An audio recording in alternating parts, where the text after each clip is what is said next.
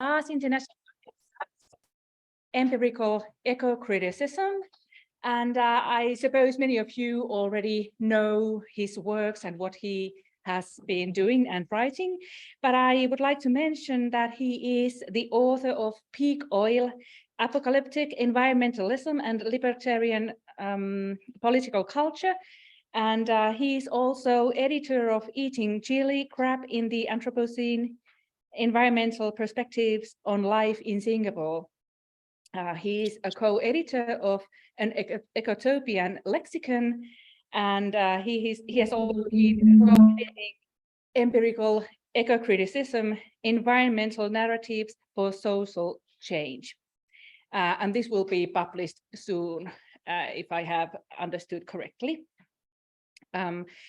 Matthew Schneider-Mayerson is Associate Professor of English at Colby College, and his title today is Empirical Ecocriticism, Environmental Narratives and Social Change. And I think that this keynote tackles the question of what is the point of doing ecocriticism in a world that is facing accelerating environmental crisis. I want to warmly welcome you, Matthew. We are so privileged to have you here. Thank you. Thanks for that warm introduction, and thank you to everyone for inviting me. I wish I could be there with you in person and learn from your talks, but I'm trying to do my part and fly less these days. And it's still wonderful to be with you virtually, and I do hope that this talk contributes something to the conference. Origins, can everybody hear me okay, by the way? I will assume that the answer is yes, unless indicated otherwise. So the origins of this talk are in late 2016. The weather was getting worse, climate change was the obvious culprit, and Donald Trump, an openly authoritarian and anti-environmental candidate, had just been elected president. However, also in the US, 500,000 people had just participated in a People's Climate March. The Paris Agreement had, of course, just been passed, and media attention to the climate crisis was soaring. After years of wondering if and when the world would wake up, things were finally happening, it seemed. I had been researching and teaching about climate change and petroculture for almost a decade, and like most scholars in ecocriticism and the environmental humanities, I believed that I was contributing to the growing effort to address the problem, though I didn't necessarily think too hard about how. I asked myself a difficult question. What was the point of doing ecocriticism in the midst of a 5-alarm planetary crisis? My teaching felt like it was having some impact, at least for a short time, with a very small group of students. But what about my research? What difference would more close readings of anomalous environmental texts published in paywalled journals make? And did I really care about contributing to an effective response to this problem? Or was I just going through the motions? I started to wonder specifically about the environmental novels and films I was implicitly advocating for in both my teaching and my research. I found them fascinating. I enjoyed reading and watching and teaching about them. And in my writing, I was arguing that they were important, necessary, impactful, even transformative. But were they really? How did I know? And how would I know? I quickly realized that ecocriticism, as it was mostly being practiced, was not really equipped to answer this question. Having an interdisciplinary PhD in American Studies and some facility in both literary criticism and qualitative sociology, I was in a decent position to at least attempt to answer this question. I started doing the background research for an empirical study that became an article titled The Influence of Climate Fiction, an empirical survey of readers, published in 2018, which tried to chart a path for what I refer to as empirical ecocriticism. Today, 7 years later, I suspect that many ecocritics are in a similar place as I was then. Of course, it's now widely understood and acknowledged that we're living through an unprecedented time of accelerating global and anthropogenic socio-ecological crises. The primary and most ubiquitous manifestation, of course, is climate change. This audience doesn't need a reminder of the scale of the climate crisis, but in 2020, California experienced its first gigafire with over 4 million acres burning in 2 months. 2021 had major wildfires ravaging Southern Europe, and 2022 saw a recurring heat wave in Siberia with blazes destroying remote forests. Just last week, there was an orange haze over most of Southeast Canada and the Northeast US, the result of uncontrolled wildfires in Quebec.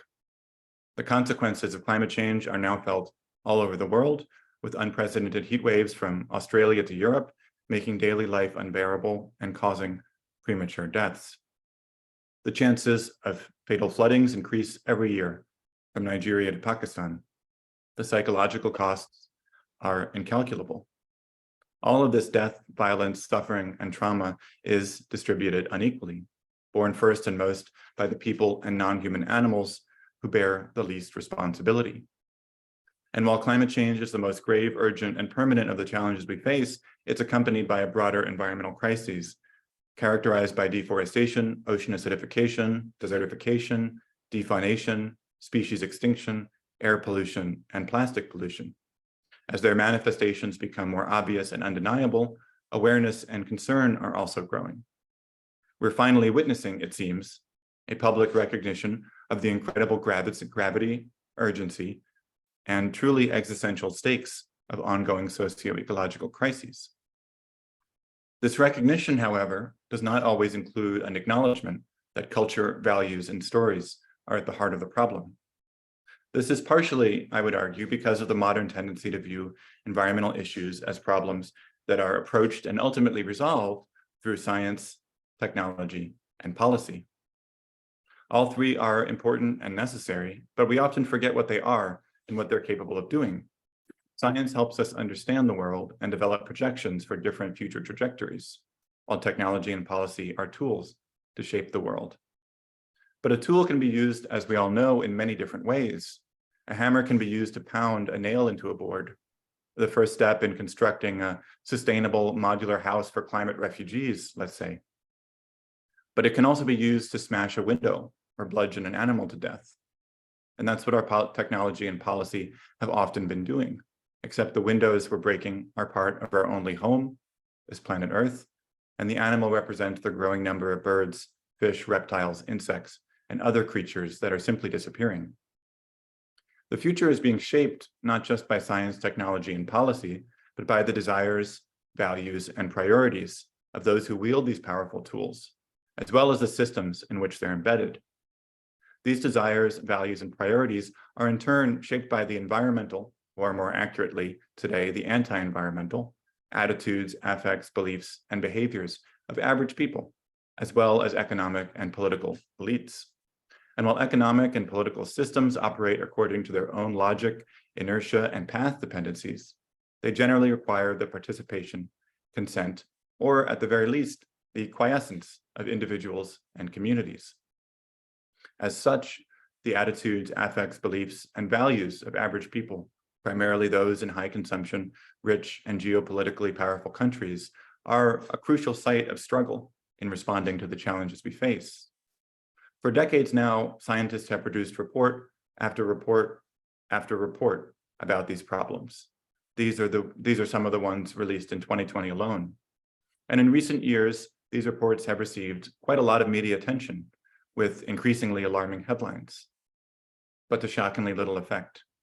A troubling number of people still deny that there's a global environmental crisis, while others admit its existence, but don't believe it merits any significant changes in the global economy or their own lives. This is despite having been bombarded for quite a long time now with expository messages explicitly stating that such beliefs are not only wrong, but will lead directly to catastrophe. In this context, narratives have been identified as a promising possibility. Hyperbolic headlines such as "Can climate fiction save the world?" epitomize the widespread hope in the potential of stories, which is premised in part on their capacity to overcome the obstacles that limit the efficacy of expository methods. Narratives are well equipped to influence people because a strong narrative frame can make any topic interesting and engaging, no matter how unimportant or even dull we might otherwise find it. Stories, for example, can help tackle the problem of incomprehension of science, because humans, as storytelling animals, inevitably use narratives to make sense of the world and to make sense of their own lives.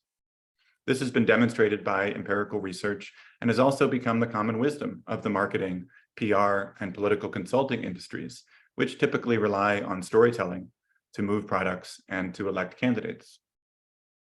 Through their emotional engagement and absorbing power, their transportation effects, narratives can make us less susceptible to internal doubts and thereby make us more willing to seriously consider ideas and values that might have previously seemed dubious.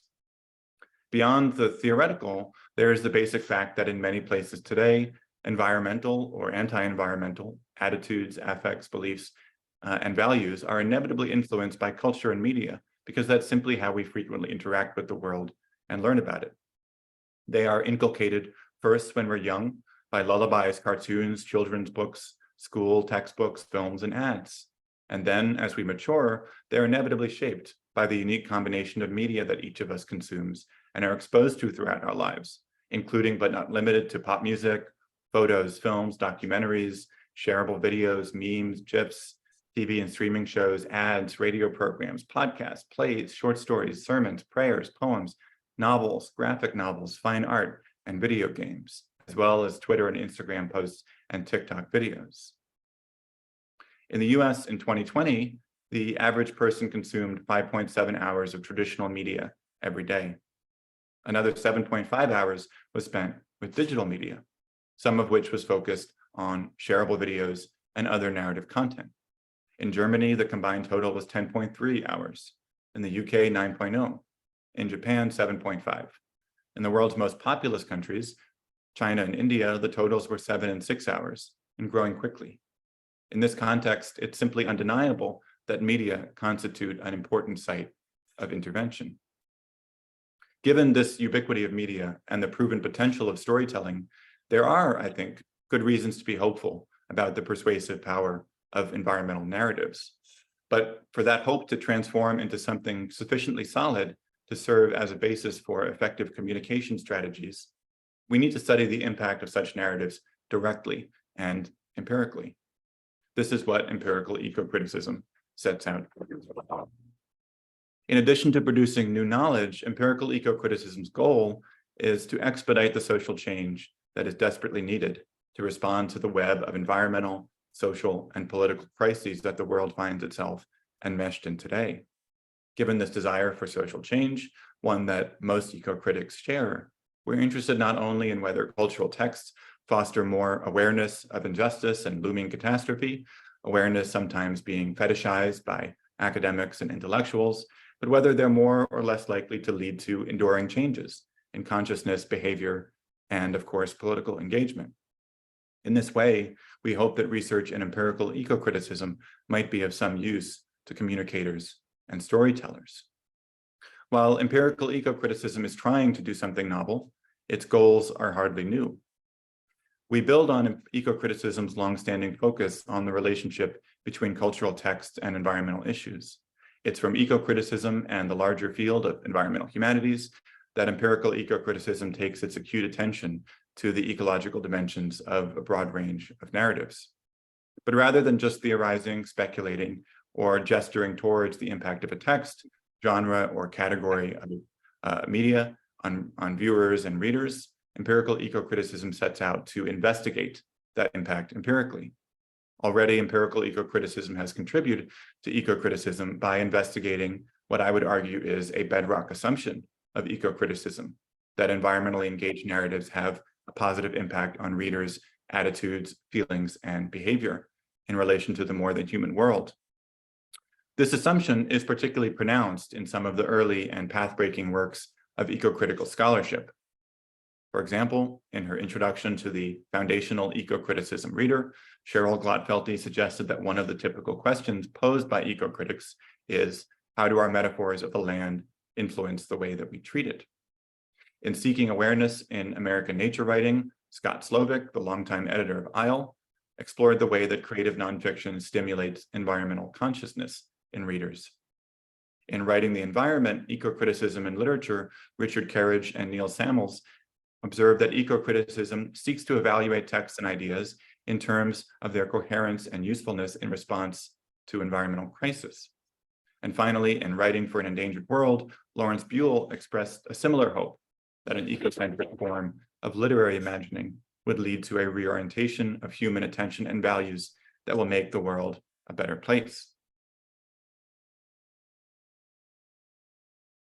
Ecocriticism has diversified over the last 25 years, and some contemporary scholars are more skeptical about both the role of environmental narratives in socio-ecological change and what Nicole Seymour calls ecocriticism's instrumentalist approach to environmental art.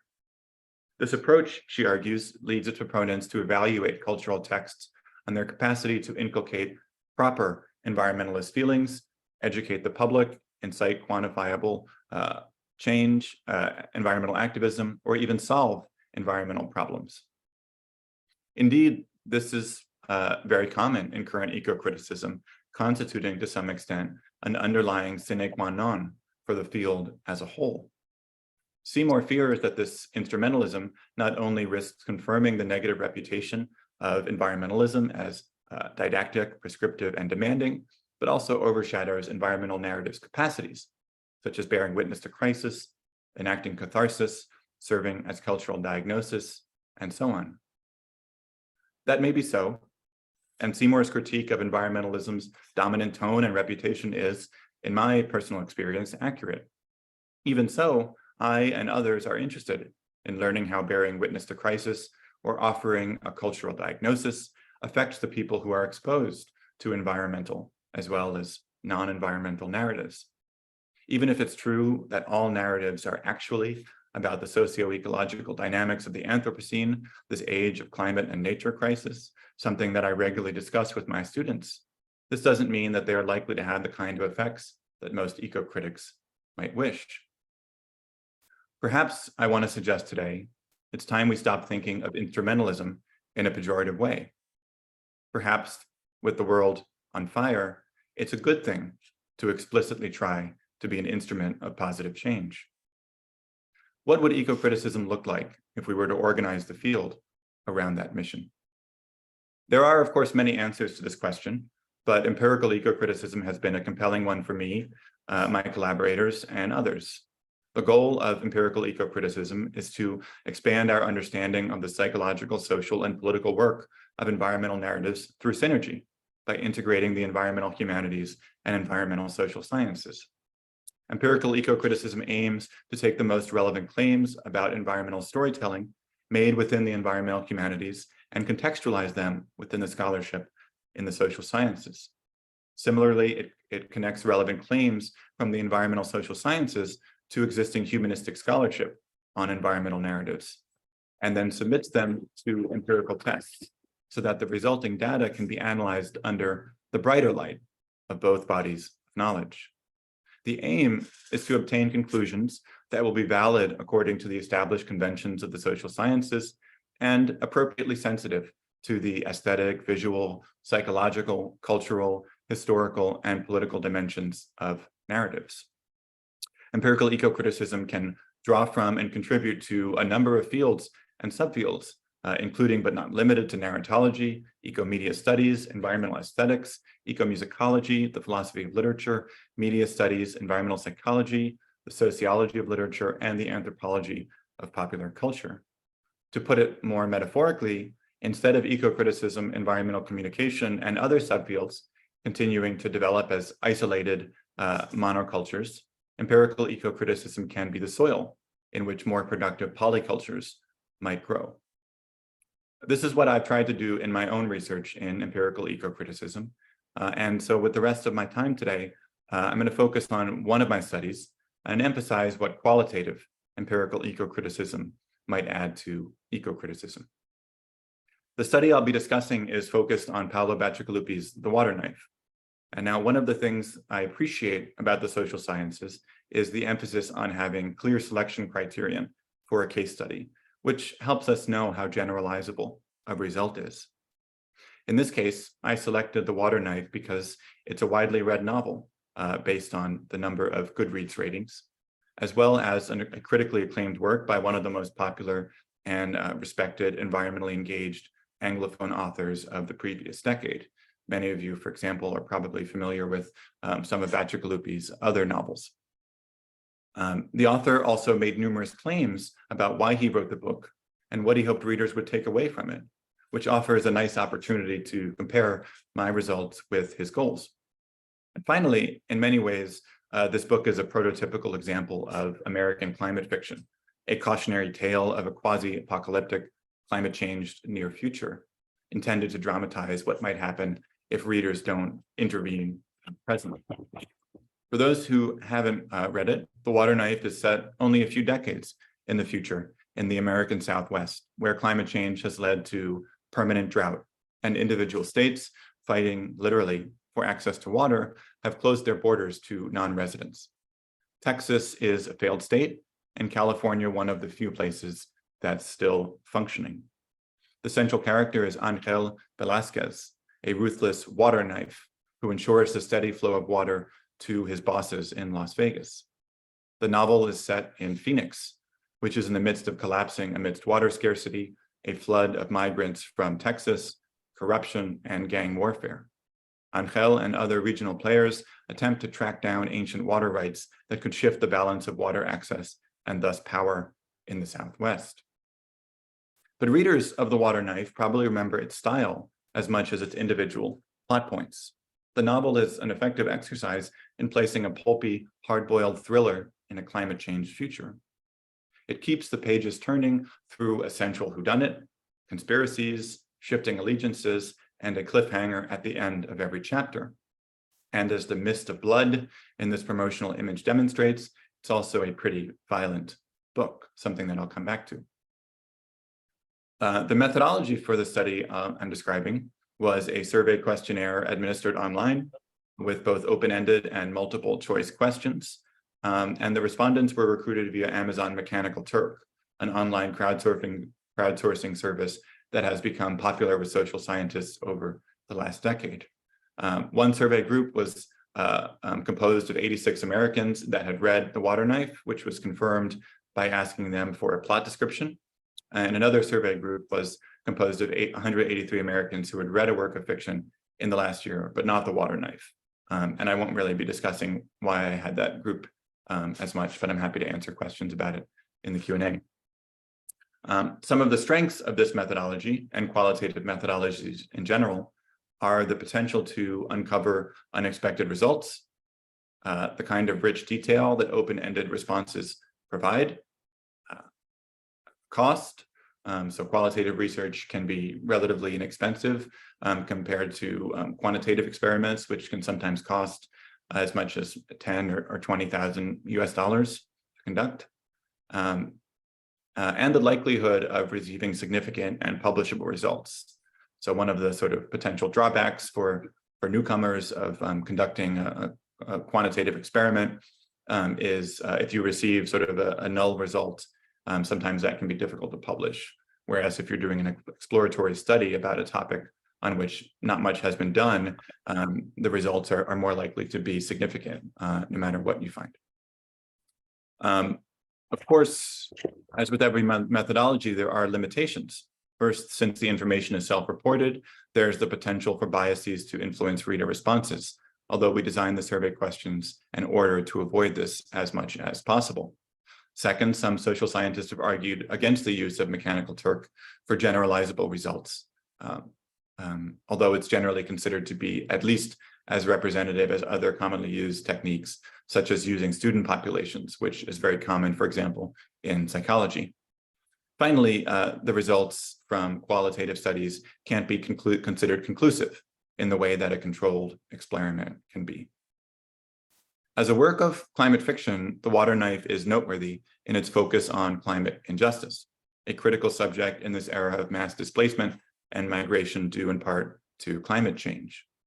Southwestern states have, as I mentioned, closed their borders to residents of neighboring states, and there is a clear hierarchy tied to statehood, with the explicit stigmatization of refugees from dry and collapsing states. Texas is the primary failed state in the novel, and its former residents are now refugees scattered through the American Southwest. Among other things, I wanted to know whether the water knife might lead readers to empathize with climate migrants. Scholars such as Martha Nussbaum have argued that literature expands our empathic abilities and thus helps to develop our moral imagination. Indeed, literature's capacity to develop empathy has become one of the primary arguments for the value of the humanities within the neoliberal university. With an unprecedented era of mass migration upon us, and with rising ethnocentrism and fascism in many countries, this would be an important role for literature and media to play. And as the author articulated in interviews, this was one of his explicit goals in writing The Water Knife, to put readers in the skin of a climate refugee living as a second-class citizen. My colleague and co-editor, cognitive narratologist Alexa Weichmann-Mosner, drawing on social scientific literature on character identification, asserts that narratives that align readers with the victims of environmental injustice can make readers aware of suffering and make them realize that the infliction of this suffering is both immoral and profoundly unfair. And there's evidence from psychology that such an approach pays dividends. Empathizing with a single member of a stigmatized outgroup can improve feelings about the entire group. And scholarship in the empirical study of literature suggests that empathy might lead to a reduction in prejudice. I measured empathy towards the victims of climate injustice through character identification. While character identification is, in my experience, rarely discussed by most literary and cultural critics today, relegated to book clubs and blogs, it's a common vector of analysis among cognitive narratologists and empirical literary critics, in part because it can be empirically examined. Though in many ways, The Water Knife is a formulaic thriller, from a character identification perspective, it's a rich and interesting text. Instead of a single protagonist, it has three focalizers, characters whose point of view each chapter follows, offering the reader an inside perspective on their experiences, thought processes, and motivations. While Angel, the water knife, would seem to be the novel's protagonist, the narrative is almost equally divided between three characters. More importantly, The Water Knife is not only a multi-perspectival text, but one that offers focalizers who represent different genders, ethnicities, ages, backgrounds, and social status positions, which opens multiple pathways for character identification. I've already described Angel, and then the other two characters worth mentioning are Lucy, who is a middle-class, educated, white female journalist who is sort of covering the desiccation and collapse of Phoenix, and then gets caught up in this search for these ancient water rights. And then finally, Maria, who is a teenage female immigrant or migrant from Texas, who is sort of desperately searching for a way out of Arizona and her own safety. While the factors that lead to character identification can be idiosyncratic, research has shown that perceived similarity is important, especially when the similar character is the focalizer. The importance of perceived similarity was borne out in this study. As you can see, demographic and political categories seem to have an impact on character identification. Men, conservatives, and people of color were more likely to identify with Angel, the aggressive, powerful Latino.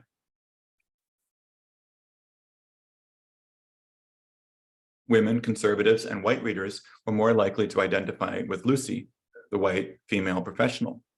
And women, young people, and people of color were more likely to identify with Maria, the young, victimized Latina. While perceived similarity wasn't always mentioned in the open-ended comments, it was sometimes present. Younger readers, for example, were more likely to identify with Maria, who was in her late teens. A 21-year-old Black student in Inglewood, California said, "I sympathized with Maria despite her smaller role because every action she did made sense to her age. I was 19 at the time of reading this, so I felt like I understood the emotional moments of her journey more than the rest of the characters." For many readers, the fact that some of these characters were quite conventional hardly mattered.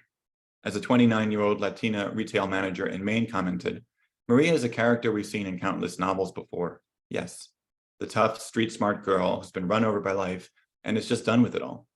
However, she's relatable to me because I have known that girl in one form or another throughout my life, some of them people quite close to me." This suggests that when it comes to influence, literariness and originality might be overrated, something that professional readers, critics, care about more than the average reader. If Maria resonated with a specific group of readers, Angel appealed to a different group, males and conservatives. For example, a 24-year-old white male research analyst in Columbus, Ohio, said he identified with Angel because he's just a banger from the streets, trying to find a way to make a living. He's like James Bond, if James Bond lived in a dystopian American Southwest and used to be a gang member. While a 28-year-old white male in Anderson, South Carolina, simply noted that I really liked Angel. I mean, he does what he has to do. It's a ruthless, cutthroat world out there. Plus, he's super badass. My conclusion then is that the novel succeeded in getting readers, particularly white and conservative readers, to empathize with liberals and with climate migrants. This is not always an easy task in a partisan country like the United States today. And why did this work? Here we can turn to literary analysis. Bacigalupi led these readers to identify with Angel by highlighting his badass characteristics at the beginning of the novel, in the first chapter, as he directs the merciless desiccation of Carver City, a metropolis that is competing with Las Vegas for water.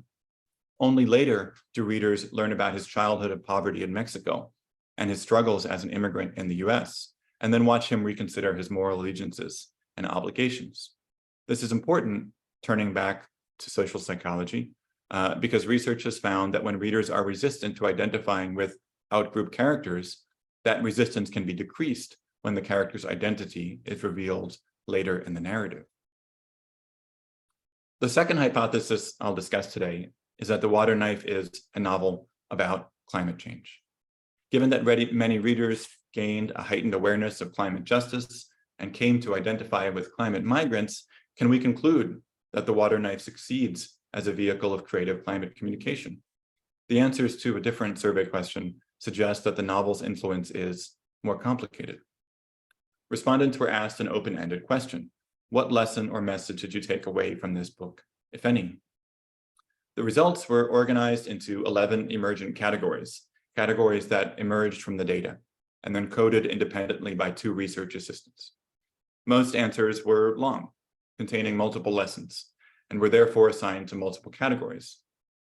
There are 3 lessons that we, in turn, can take away from these results, which are all relevant to the category of climate fiction in general, and specifically to narratives that aim to educate readers about climate change or climate injustice. First, only 1 out of 5 readers reported that one of the messages they took away from The Water Knife was specifically about climate change, while a number of the general environmental comments, such as save the environment and push for others to do so as well, might have implied in readers' minds a concern about climate change.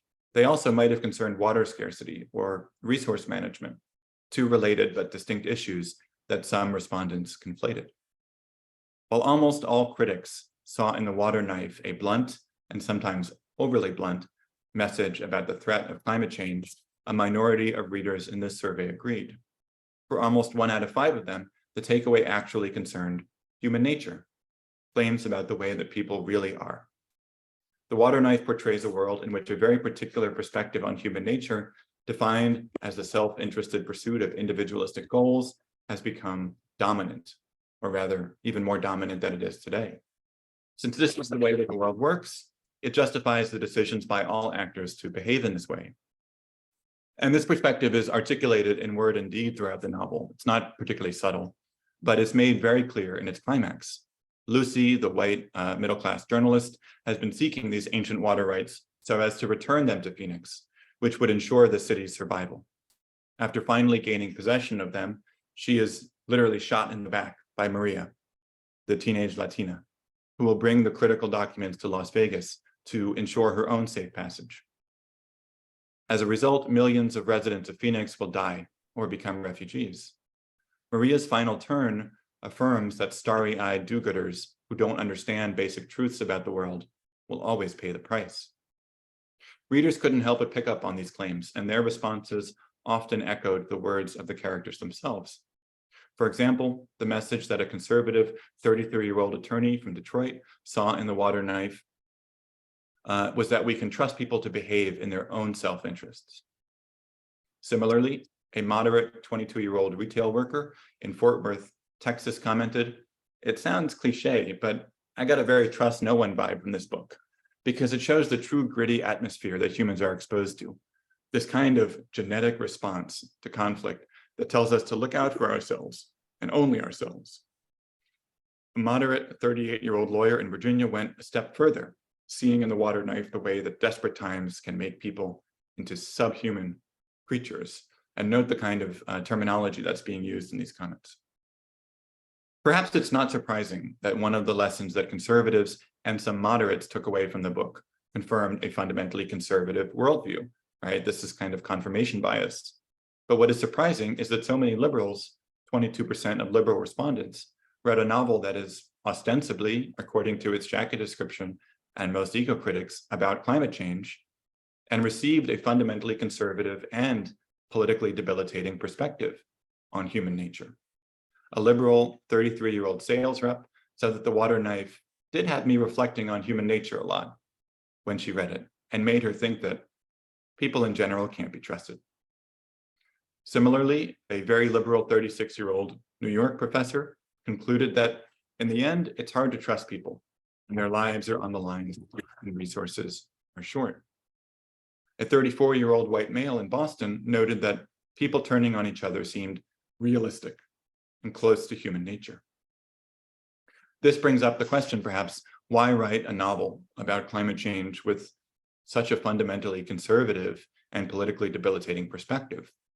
Beyond the possibility that this perspective echoes the author's own beliefs, or that he simply excels at this genre, I see two potential answers. First, since the novel seems to be a cautionary tale intended to frighten readers into greater awareness and action, a starkly negative future is required, and what's worse than a Hobbesian collapse characterized by senseless violence set in the dry, decaying suburbs of Phoenix seems pretty bad to me. Second, the hard-boiled thriller style of The Water Knife might be effective at appealing to moderates and conservatives, whom the author can then educate about climate injustice and the threat of climate collapse, right? Sort of like a sugar pill that helps the medicine go down. So, was this trade-off worth it from the perspective of eco-political persuasion? That is, did the novel attract and educate enough moderates and conservatives to justify reinforcing the belief that human nature is fundamentally self-interested? While reaching American conservatives is theoretically a valuable goal, the responses to this questionnaire suggest that the answer is no. The responses to this and other questions support the following claims. For liberals, The Water Knife was a book about the threat of climate change, the need to manage natural resources, and be better stewards of the environment, and human nature. For conservatives, the takeaways were practical lessons about success and survival, gratitude for the good lives they enjoy, and affirmations of pre-existing beliefs about human nature. The most surprising finding for me that emerged from these open-ended responses concerns the contrast between readers who saw in The Water Knife lessons about injustice versus those who felt gratitude. Some readers interpreted the suffering of poor people and climate refugees and their comparative safety, health, and comfort of elites as an illustration of the likelihood that environmental catastrophes will exacerbate existing socioeconomic inequities, which they found troubling, given their concern for equality and justice. However, just as many readers reported feeling only a sense of gratitude for the reliable and comfortable lives they currently enjoy. For example, a 19-year-old cashier from Erie, Pennsylvania, who read The Water Knife for a college course said, "The lessons I took from reading this book was to appreciate the things that you have now, even those small things that do not seem to mean much. It's those type of things you'll miss when you're no longer able to have them. Every day I use and waste water, like it's nothing without thinking about the people on the planet who do not have access to clean water." So far, so good. But he continued, "I think about what they would do to me to have access to the water I have access to for just an hour. That thought frightens me." The fact that this reader described himself as very liberal suggests that Bacigalupi's compelling depiction of desperate climate migrants engaged in a self-interested and often quite violent struggle for survival has this potential to backfire. Even liberal readers might not empathize with climate migrants, but fear them. As such, one can see that narratives such as the water knife might not mobilize readers to engage in progressive environmental politics as authors and critics hope and sometimes expect, but help lay the groundwork for what Naomi Klein has called climate barbarism, callously allowing citizens of less wealthy or fortunate nations to suffer, or even ecofascism. This is, of course, not just a theoretical concern. The 2019 mass shootings in El Paso, Texas, and Christchurch, New Zealand, both justified in part on environmental grounds, illustrate the terrifying potential overlap between rising fascism and climate chaos. So stepping back, there are a few takeaways from this case study. One is that qualitative empirical research can uncover unexpected results. While critics saw in the water knife a blunt and an often productive message about climate change, an empirical qualitative study uncovered something different and something very unexpected. Second, average readers sometimes interpret a text very differently than professional readers, and very differently than what professional readers might expect. Bacigalupi's pulpy thriller was intended and reviewed as a cautionary tale that shocks readers into progressive political engagement. But for many readers, it reified politically problematic perspectives. Third, the narrative choices made by the creators of environmentally engaged narratives can have dramatic consequences on what readers take away from them. Therefore, authors of environmental literature and producers of all eco-media should consider their narrative choices carefully. Hopefully, this discussion of a study focused on the influence of a single novel has given people a sense of what empirical eco-criticism is and the way that it draws on and might contribute to a number of fields, including eco-criticism, cognitive narratology, the empirical study of literature, environmental psychology, and environmental communication. My argument today is not that all eco-critics should immediately enroll in social science bootcamp, but that empirical eco-criticism might productively work in tandem with other methodologies. Perhaps this short talk has also given you some sense of the way that this approach might produce information that would be of benefit to authors, artists, playwrights, screenwriters, showrunners, and other cultural workers who are interested in helping to expedite the ongoing socio-ecological transition and ensure that it is oriented towards justice. For those who are interested, all of these subjects are discussed in greater detail in a foundational volume, which will be published by the University of Minnesota Press on August 1st. It contains chapters on the potential of empirical eco-criticism, on potential methodologies, a number of case studies, and reflections from senior scholars in both the environmental humanities and social sciences. As I've noted, the study that I described today on the influence of the water knife was qualitative, and as such, the results were only tentative. For more conclusive results, one would need to conduct a follow-up study, an experiment, to test some of the hypotheses that this study generated. And that'll be the focus of my colleague and co-editor Wojciech Małecki's talk tomorrow. Thank you so much for listening, and I look forward to your questions and comments.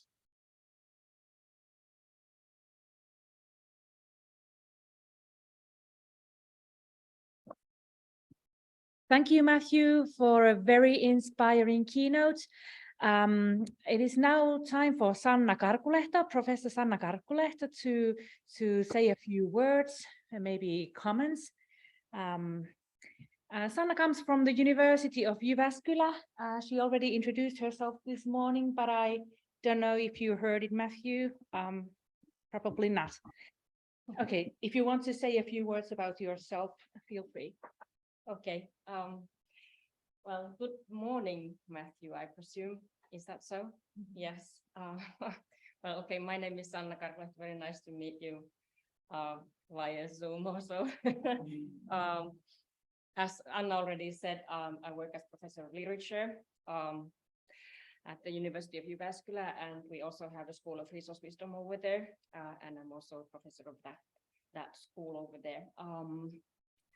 Lately, I've been, my research interests have included feminist post-humanities, human-animal studies, and then we have been elaborating over the concept of planetary well-being for a long time, and we'll be publishing the book on an entire book on planetary well-being. Interdisciplinary perspectives on that will be published next month, I think. Okay, but anyways, thank you for your insightful, but also a bit depressing presentation. I will start with a quote. Dear Sanna, very nice to meet you, and thank you for agreeing to deliver a response. I'm really honored to be in dialogue with you. Sadly, I won't be able to meet in person as I'll be giving the talk virtually. I would have loved to come to Helsinki, but I'm trying not to fly too much. In kinship, Matthew. This was, as apparent, a quotation from an email message sent by Professor Matthew Schneider-Mayerson to me when I asked if he could provide me some textual material before this conference and his keynote presentation so that I could prepare some comments and questions in advance. And Matthew kindly did. This mindful collegial gesture, as well as the email message itself, written and signed unconventionally in kinship, which gracefully acknowledges and gives credit for Donna Haraway's intellectual work and her book, Staying with the Trouble, quite nicely give us a picture of them as a scholar who is considerable, responsible, and imaginative. And all this highlights the value of the keynote presentation that we just heard. So one can easily say that this is research work made by an academic who has not only read Haraway's, but who is openly political in their research aims and who wants to respect, cherish, and save diversity of life and planetary well-being on this planet. So thank you for sharing your thoughts and forthcoming research results with us today. And I should probably also thank you for not flying to Finland from the US. And let me explain this gratitude of mine a bit further. Helsingin Sanomat, which is the biggest newspaper in Finland, published yesterday an article on traveling by plane, written by a journalist called Katarina Malmberg. The article asks if it matters how much people travel by plane as single individuals.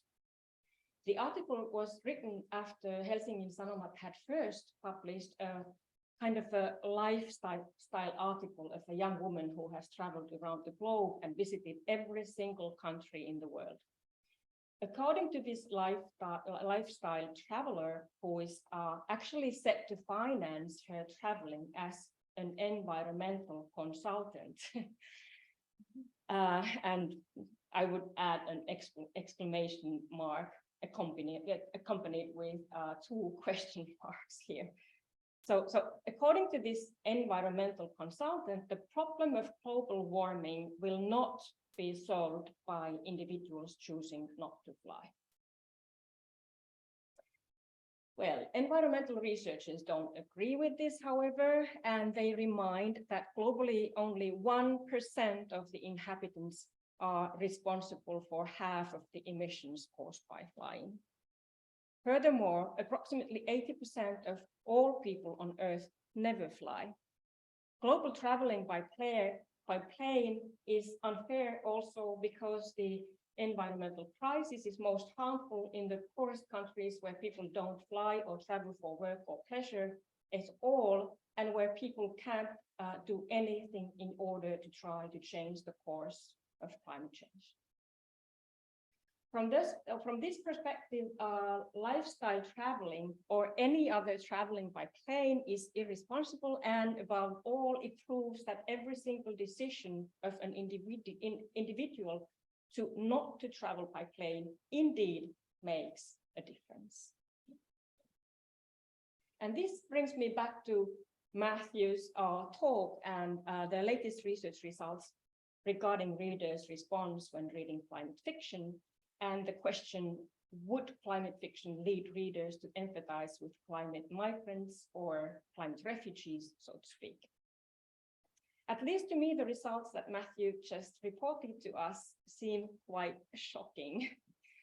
As he just told us, and this is called, one can see that narratives such as the water knife might not mobilize readers to engage in progressive environmental politics, as authors and critics hope, but rather help lay the groundwork for ecofascism, justified in part on environmental grounds, as a case in point.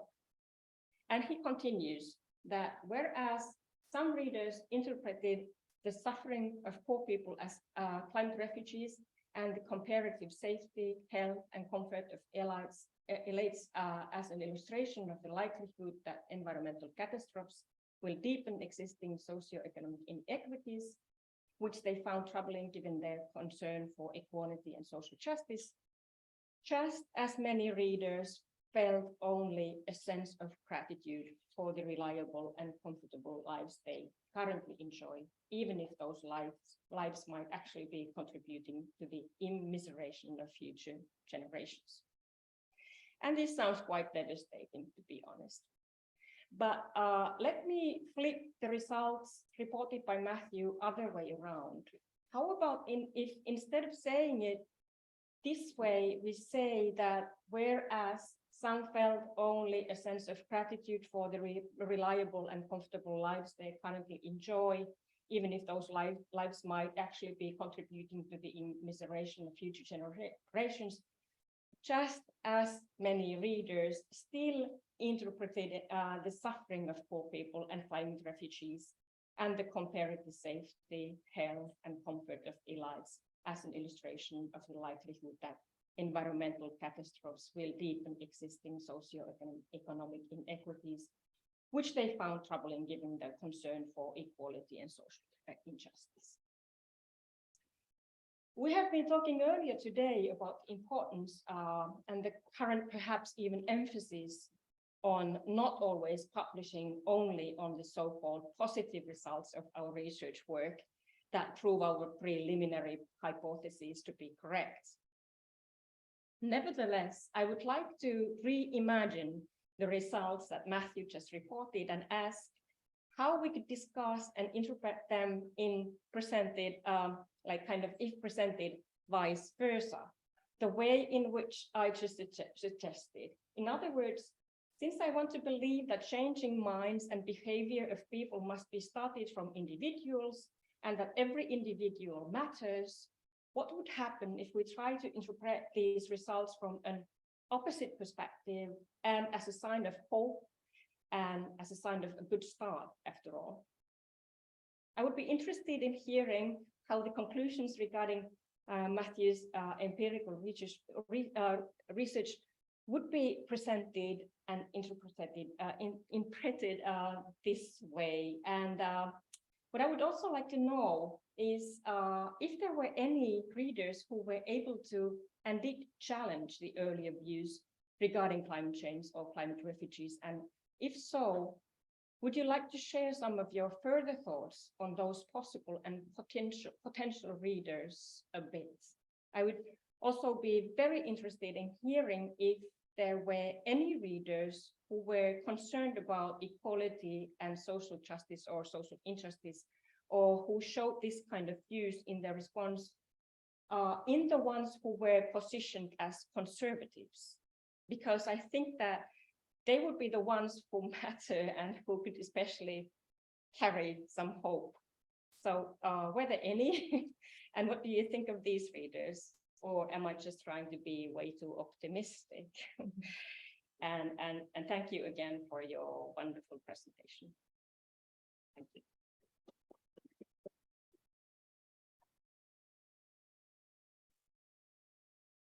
Thank you so much, Sanna. Would you like to stay here? I don't know which way would be the best. Maybe you should stay here if Matthew wants to answer. Sure. Thank you so much, Sanna, for those remarks. Yeah, I can sort of answer the question that you posed. There were definitely, so the part that I didn't mention about the study, and those who have read the article will perhaps know this, is that the book was also successful in making readers more aware of climate injustice. And so I asked another open-ended question about that, about how they picture the victims of climate change. And those who had read the novel were more likely to picture them as people of color, or people in the global south, or people who were disadvantaged in one way or another than those who hadn't read the novel. It's not a random sample, so you really need an experiment to confirm that. But I did find evidence that people had, in that way, that people had at least gained an awareness of the reality of environmental injustice. I don't recall if there were any conservatives who changed their minds. Honest, I think as those folks who were reading the PowerPoint slides carefully might have seen that there were actually a number of conservatives who just refused to answer certain questions and put kind of nonsense, sarcastic answers, such as when I asked what the victims of climate change looked like. I think one of the better answers was hipster liberals, which may or may not be true. But I think there was definitely a resistance on the part of conservatives to even acknowledge the reality of climate change. And since we were relying on reader self-reports here, that might have been an issue. But I think in general, I think a lot of my feeling about this broader question that you're posing, and I think what a lot of folks in environmental communication would say, is just that we tend to focus on sort of converting conservatives, but even in the US now, they're a relatively small number. If you sort of look at the Yale program in climate change communications category of the 6 Americas, the number of people that are really dismiss the reality of climate change is relatively small. And so for me, actually sort of motivating liberals and leftists and centrists to actually do something, right? Whether that's voting or protesting or something else, is probably a smarter strategy than really focusing on sort of how to reach the unreachable. But I think it's a fantastic question, and I'm glad you posed it. And naturally, I agree with you on this, really, yeah. But yeah, thank you. Any other questions or comments?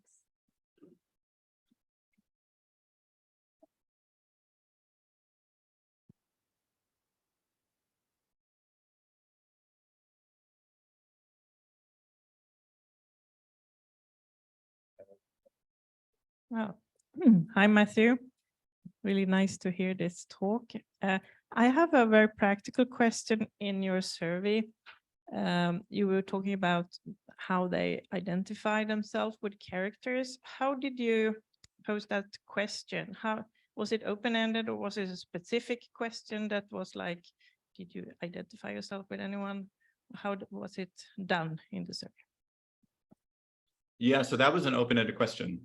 And I think everyone who took the survey answered it. I think they were required to answer it. I could have picked characters, but it was actually interesting. So there's these 3 protagonists, and the narrative, as I said, is pretty equally split between them. But I think there were a handful of people who kind of identified with what I would think of as peripheral characters, which I suppose goes to show the value, in one sense, of posing it as an open-ended question.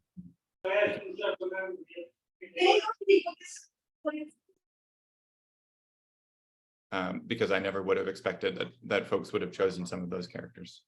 Yeah. Okay, thank you. I'm just very interested in this identification thing. I mean, do you have to identify with the people to read or engage in a literary piece? Something like that. I think that's a really fantastic. That's what you do when you read, sort of see connections with people. Yeah, I think it's a great question about whether folks can identify with non-human characters, with an atmosphere, for example, right? And so there's, I think one critique is that the question was kind of forcing them to pick a human character, for example, and forcing them into a particular kind of identification, which may or may not be everyone's experience with a novel.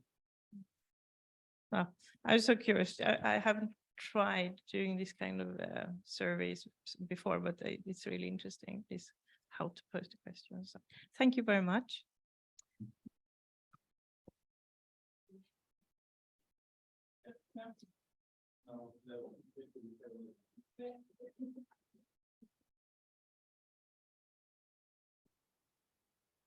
Sorry, the camera can't reach that one. If you want to be in camera, you need to come a bit further. Maybe if I go. Okay, it's kind of strange. Hopefully, I'm okay. Still, come, Okay. come forward. Thank you so much for the inspiring and rich talk. It was very interesting for me in many respects, but just 2 comments. The first is a question and the second is probably half a comment.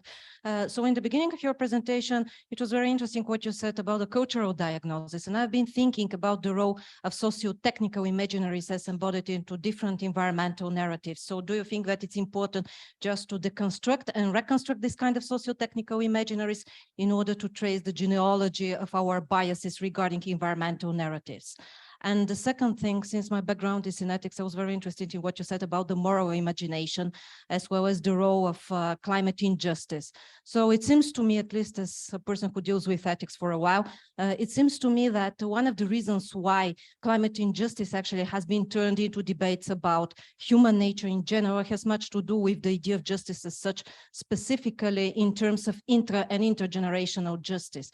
So basically, when we are arguing about justice here and now, of course, we cannot decouple it from our visions and ideas about justice in time in the future. So do you think that it's somehow relevant to the way in which you have been doing your qualitative research, as well as how it has been affecting the understanding of the respondents when they have been reporting their attitudes about the future? Thank you so much. Yeah, those are both great questions.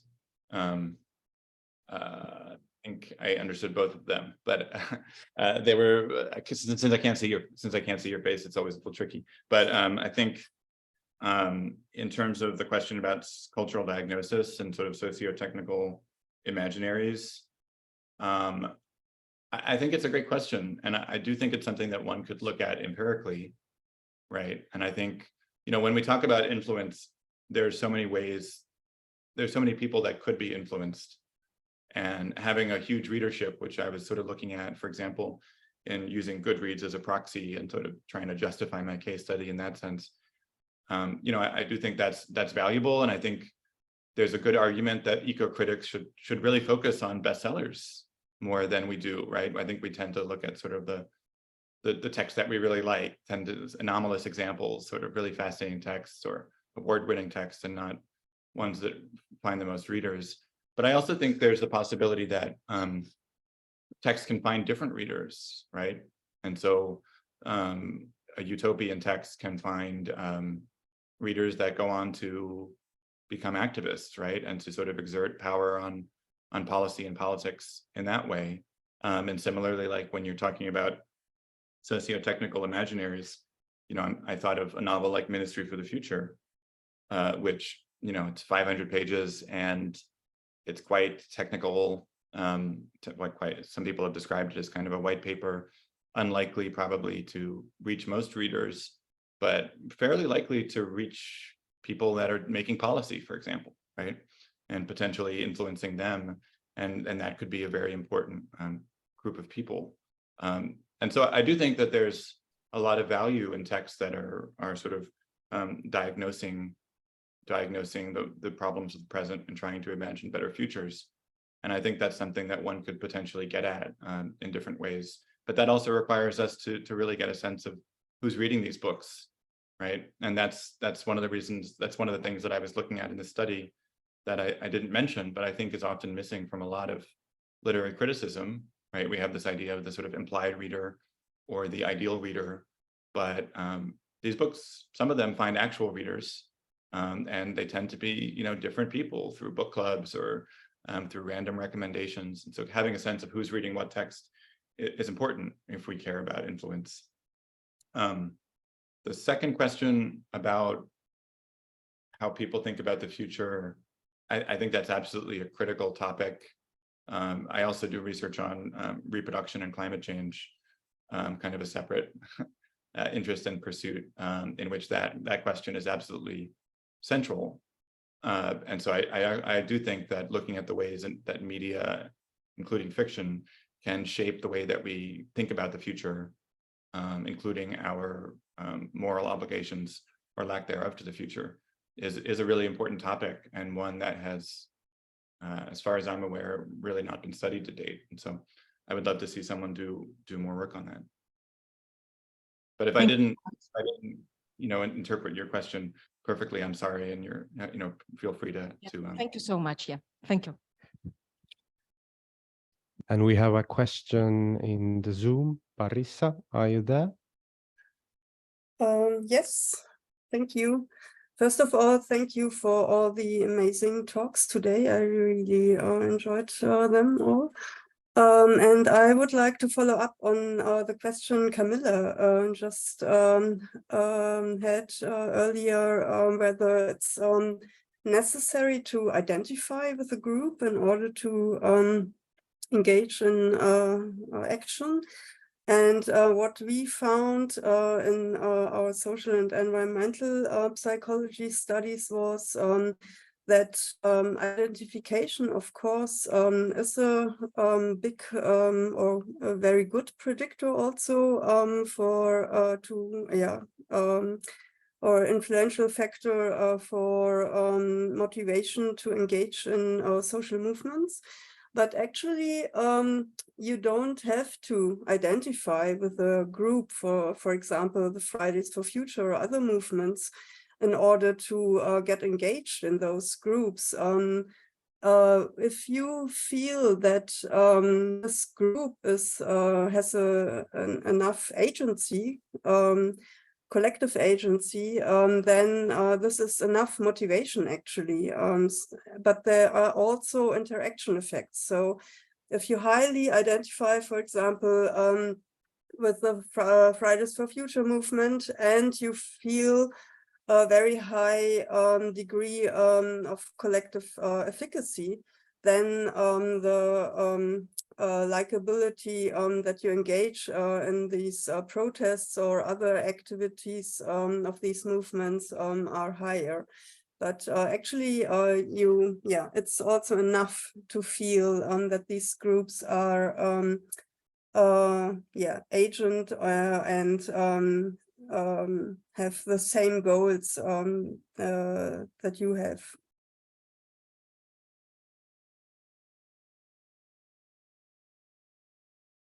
That's great. Thank you so much for adding that. Yeah.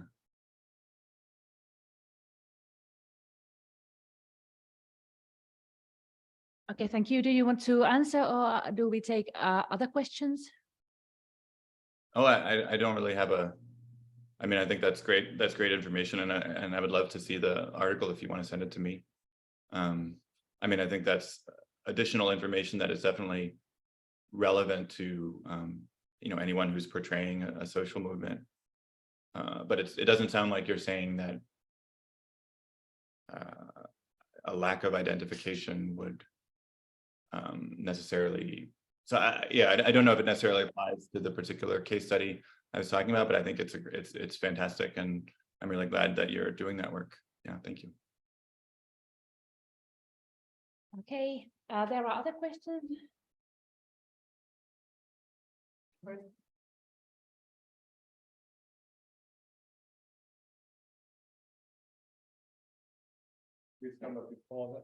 Okay, I'm Jan Hukkinen from the University of Helsinki.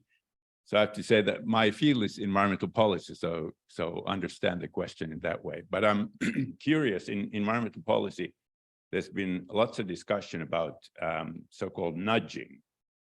And I was wondering how you see the differences or the sort of the comparison between nudging as a policy instrument versus ecocriticism, empirical ecocriticism, the promise of empirical ecocriticism compared to nudging. Because the background here is that there's been lots of sort of even meta level studies of nudging, and they basically show that it's a very weak environmental policy instrument. It doesn't really influence, sort of very marginal influences. So I was just wondering, how do you see it? Do you see that empirical eco-criticism would somehow broaden the influence or scope of people's, actually influencing people's behavior? Thanks. Yeah, it's a great question. I mean, I think there's different possibilities for different sorts of literature, media, and sort of cultural visions, right? I mean, I think there's I work with a climate media consulting company called Good Energy that works with screenwriters and showrunners to try to include climate change in Hollywood films and TV shows more. And I think they, and sort of when I work with them, like recommend changes that could easily be called nudges, right? It's instead of having a character drive a internal combustion engine, they're driving an EV, something really tiny like that, right? And the change between a internal combustion engine and an EV is minor. They still has a lot of embodied energy costs, et cetera.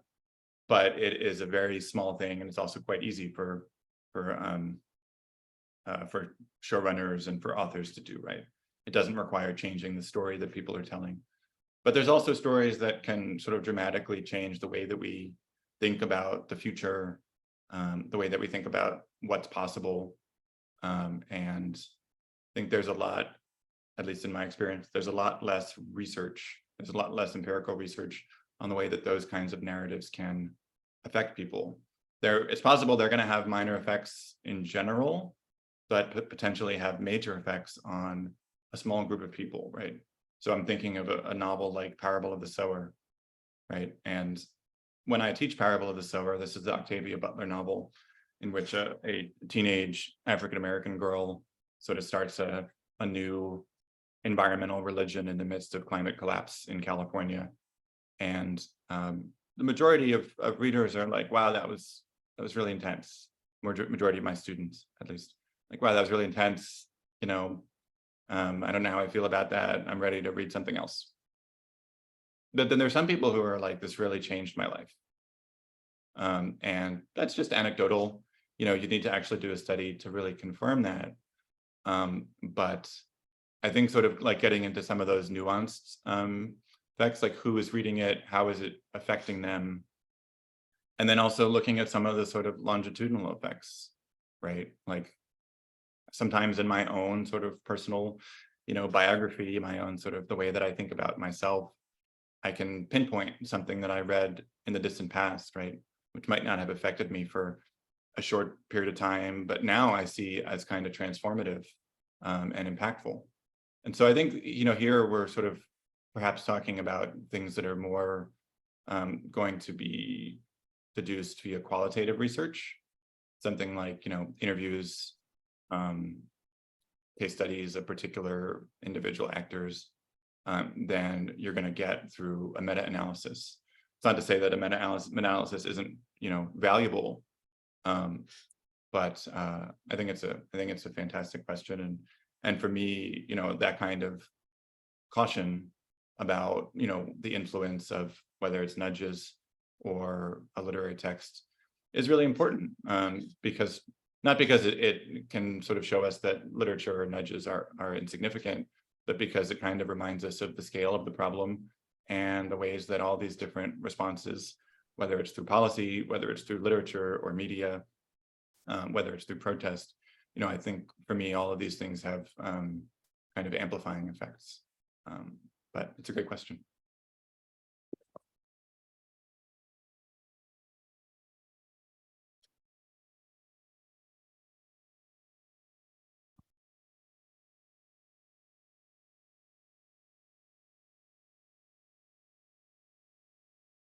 Okay, so am I visible?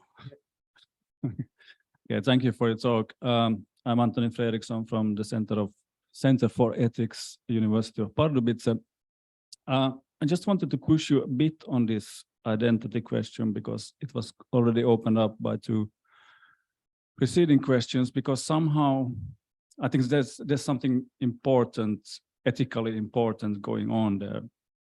So it's not surprising for me if empirical studies show that we identify through some kind of sameness, identify with similar characters to ourselves. But of course, there's some kind of ethical problem here from the start, because I would guess that we somehow need to also identify with something that's other or not the same or unfamiliar, or even maybe in some cases alien. I mean, non-human beings or non-human subjects, but also within human beings, like different cultures, different political backgrounds, different worldviews. So there's some way that at least in ethics we have these kind of examples. I don't know, the Good Samaritan would be one where somebody helps a stranger, or philosophical background of Buber and Levinas and these ethics of the other. There has to be some way of not always sympathizing and empathizing with something that's similar to us. And I don't know, it's a very open question that I puzzled by myself, but if you have some comment or idea about this, I would be interested in hearing that. Thanks. No, I think it's a fantastic question. And, you know, there might be sort of some fundamental psychological differences between conservatives and liberals here, right? Where openness to experience tends to be something that liberals value, at least according to the studies that I've seen. And so liberals might be interested in reading, for example, a novel about a character who's fundamentally different than them, or part of a culture that's fundamentally different than them, where conservatives might be less open, less interested in picking up such a book. But I agree that it's absolutely critical. You know, I was referring on a number of points to sort of ethnocentrism and sort of rising fascism. And I think in that context, the sorts of identification across culture and across difference is absolutely critical. You know, I think one of the things that I would sort of emphasize then from my talk is just that there are narrative strategies that can help with this, right? And so I identified one of them, the narrative strategy of sort of not disclosing a potential difference until later in a narrative, right? And this is something that I see. I don't know if I see it more and more in literature, or if I notice it more and more. But for example, there's a Colson Whitehead novel about zombies. And it's not until I think 2/3 through the novel that the protagonist mentions that they're Black, right? And I'm sure that for some readers that are not Black, and in particular white readers within the US context, they might be less likely to identify with the Black character, right? But by 2/3 of the novel, they are already invested, right? And they're seeing similarities between themselves and the character. So, and at that point, I think they're probably not very likely to sort of distance themselves because of something that's been disclosed. So I think this is where empirical research can help us actually identify some strategies that could be useful to storytellers if they want to make use of them. Thanks. There's more to this, but thank you.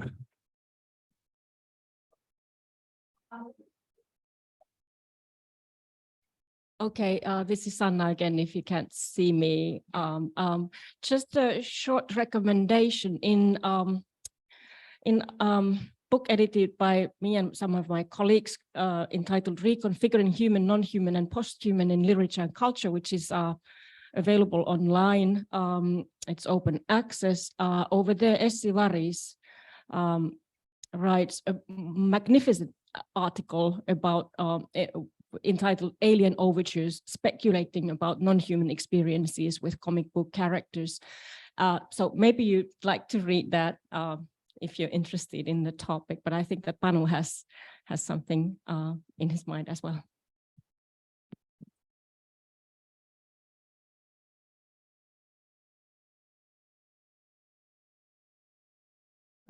Hello, Matthew. Warm thanks for a very interesting talk. So, question about emotions related to the title of our workshop also. So this is a bit broad, but please pick the level of detail you wish. So the first part would be, could you reflect a bit more on emotional tones in this particular study example? You mentioned several already feelings of gratitude and some discomfort and perhaps some general worry, but I'd be interested in hearing what kind of affective tones come up when you think about the data. And the second one would be about empirical eco-criticism and eco-emotions in general, whether you have some thoughts about possibilities or challenges. I know this is a very broad one, but wanted to ask still. Thanks. Yeah, thank you so much, Panu, for those questions. No, I didn't ask a question in this study specifically about emotions, which I did have done in other studies that I've conducted. But my recollection is that the responses were very cognizant of this kind of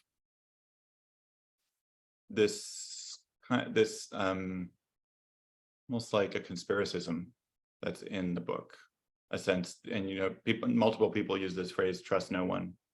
And so I think some of my reflections that didn't make it into the published article were that there's something that is kind of fundamentally conservative about this genre of sort of crime novel or mystery novel. And this is something that other folks have written a little bit about.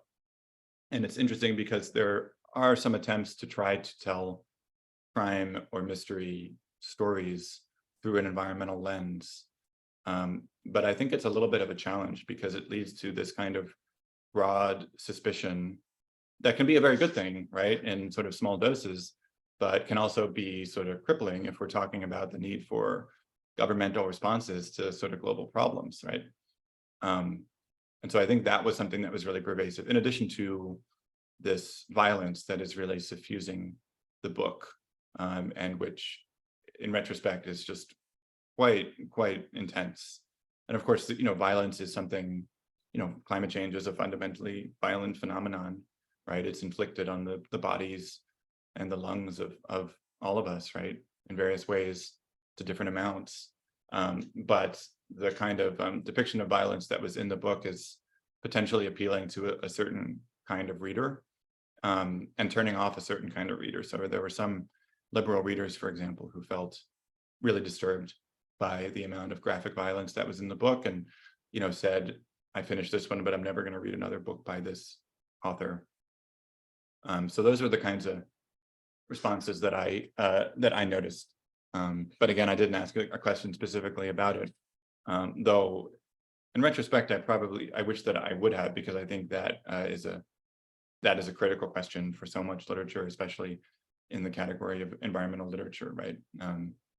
But when it comes to the question of fearing the future, anxiety about the future, a feeling of sort of climate doom, which a lot of readers are responding to climate fiction as, right? People intend it as a sort of cautionary tale, but instead people see it as a fait accompli. So those are some of my thoughts. And then I think there's so much work that can be done on empirical eco-criticism and eco-emotions. I think the work that you're doing on eco-emotions is so valuable and so important. I think environmental emotions are something that have really sort of emerged as central to this bridge between the reality of the world that we're inhabiting and the need to take action, right? And emotions are how we process what's happening and then potentially, hopefully, turn it into something positive at some point, or at least just sort of relieve the distress that so many people are feeling.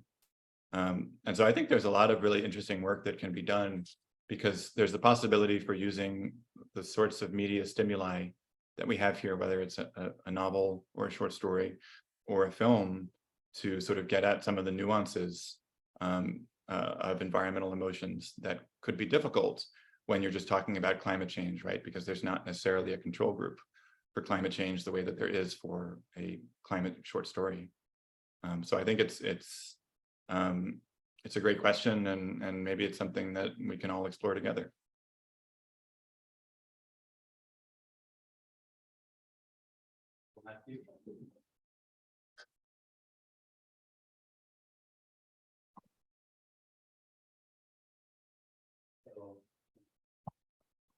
You hear me? Now we have it, yeah. Nice to meet you finally. I'm Tony, yeah. I have one big question for you. A further question about those bestsellers that you mentioned. As you depicted in your talk, we're surrounded by various forms of media nowadays. Social media, TikTok, Instagram, and different print paper, digital paper, so on. So in this time and age of all sorts of crises, do you think that literature is still a significant media of impact or change? Yeah, it's a great question. It's one that I've asked myself many times. I think yes. I think if you were to look at the total amount of sort of media that people are engaging with today, from shareable videos, right, to films, to TV shows, I'm going to guess that literature is a small percentage, right, of the total global media mix, right? It would actually be kind of fascinating to quantify that if it could be done. I'm going to guess that it's a small percentage. But I think that literature, I think I would say two things. One, a lot of the folks who read literature might be people that tend to have more power than other folks, right? So I think there's that element of sort of differentiating who is reading, who is exposed to different kinds of media. But I also think, and more importantly, I think literature has capabilities that other media don't, right? And so a lot of communication scholars will say that, you know, looking at a particular novel or even a genre or a medium as a kind of silver bullet is the wrong way to go about it. And instead we should be talking about silver buckshot. The idea that sort of, you know, media is more like a spread, and that people obviously are choosing which media to engage with. So for me, you know, literature has an obvious capability that a TikTok video doesn't. You know, a novel might not reach as many people today, but it has the ability to really engage with nuance and to sort of foster character identification in a way that, you know, a film obviously cannot, let alone a song or a video, shareable video. So I think, you know, I think the tools that we've been discussing today, I think they are applicable to fiction, but I think they're also applicable to lots of other media.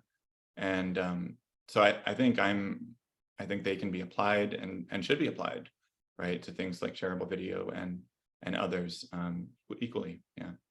I don't know if that was the sort of full-throated defense of literature that someone else would offer, but I think it's a great question. And I do think that, you know, as cultural critics, many of whom engage with literature as well as other media, you know, I think we should sort of think about where we want to put our energy and attention, and, you know, not sort of adhere to a potentially outdated exaltation of literature as the sort of only important medium. Great, thank you for giving hope for us literary scholars too. And we still have time. We have time for one more question. Hi, Matthew. Good to see you. We talk on Zoom regularly, but I guess it's the first time that I talked to you from Helsinki. But thank you for the talk. And two things. First of all, referring to Janne's question about nudging.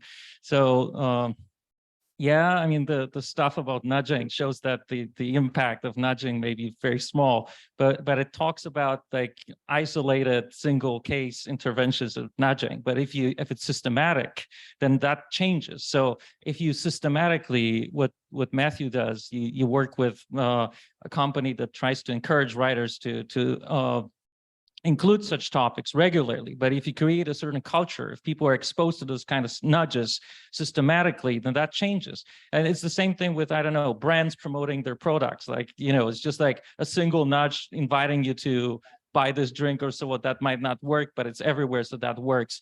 And another thing is still nudging may have an overall small effect, but we are not saying that this kind of intervention is the only thing you should do. And there's this scholar of environmental attitudes, Thomas Herberlein, in his book, Navigating Environmental Attitudes, he says, look, attitudes are not everything. Structural changes are much more important and so on, but that still might be a necessary component because structural changes will not help you to imagine climate change and so on. So, but this might be like something that you still need. And another thing about books, which you, Matthew, said about how people who read literature may still have more power. A book like Kim Stanley Robinson's The Ministry for the Future was Barack Obama's one of favorite books of Barack Obama in 2020. He announced that on his list of favorite books, and so one's discussed everywhere, like and by policymakers. So that is one thing that I would mention.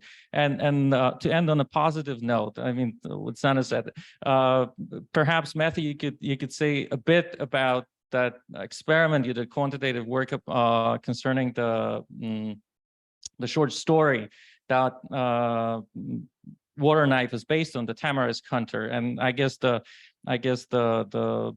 these results are more positive, I should say, and we need to bring such results because it's so it's not easy to be an optimist, right? There's even a joke about it, about a guy who shocks his friends by declaring one day, "I'm an optimist." And they tell him, "How come? It's impossible. You look so troubled all the time." And he replies, "What? Do you know how hard it is to be an optimist?" Yeah. Okay, Matthew. So a bit about those things. Yeah, sure. I think it's a great question. And I think Wojciech is absolutely right that a lot of the studies about immediate impact tend to look at an isolated text. But of course, as I was discussing at the beginning of this talk, that's not the way that things work. And so looking at sort of the way that different messages interact and potentially amplify each other is really important, and one thing that really needs to be done more through environmental communication and empirical ecocriticism. So the quantitative study that Wojciech is referring to was done on 2 climate fiction short stories, one of which is set in the same world as the Water Knife, but it doesn't have the same sort of noir, violent crime novel tone to it. It's just sort of set in a character who is trying to survive on ripping out tamarisks and getting paid by the government in a decaying Southwest. And so we found that these were 2 very different kinds of climate short stories, and they had similar effects on readers, which is that they made readers more concerned about climate change, more willing to take action, and sort of, more noticing changes in extreme weather, et cetera, in particular drought, because one of the stories was set about drought. So there were differences between the 2, but they were quite similar. And so I think it is, even though the sort of effects were modest, it's only one short story, right? And since a short story is so much shorter than a novel, most folks would expect that a novel would have a more significant impact. So I don't think the sort of takeaway from the study I was describing should be that, even good novels are going to be problematic, and therefore that it's a problem that is ultimately paralyzing. I think there are some clear lessons, including the difference between the short story that Bacigalupi wrote, right, which is kind of a sad short story set in a difficult future, versus the novel that he wrote, which is set in the same world but has a very different tone to it.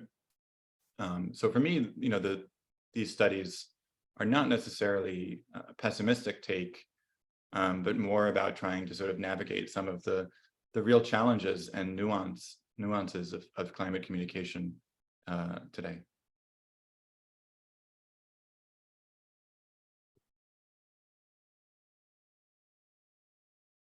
Okay, thank you everyone for your questions and comments. And first of all, thank you, Matthew. Thank you, Sanna. I think we should give applause and then start.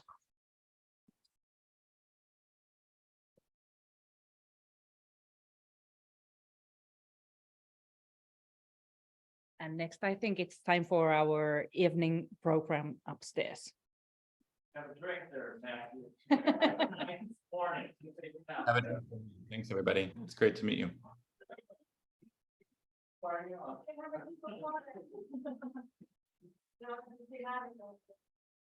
Well, long time everyone. So quite soon we'll go one group to develop more. Only weeks that we then we go to the place where we have parking and after the second course. So one development.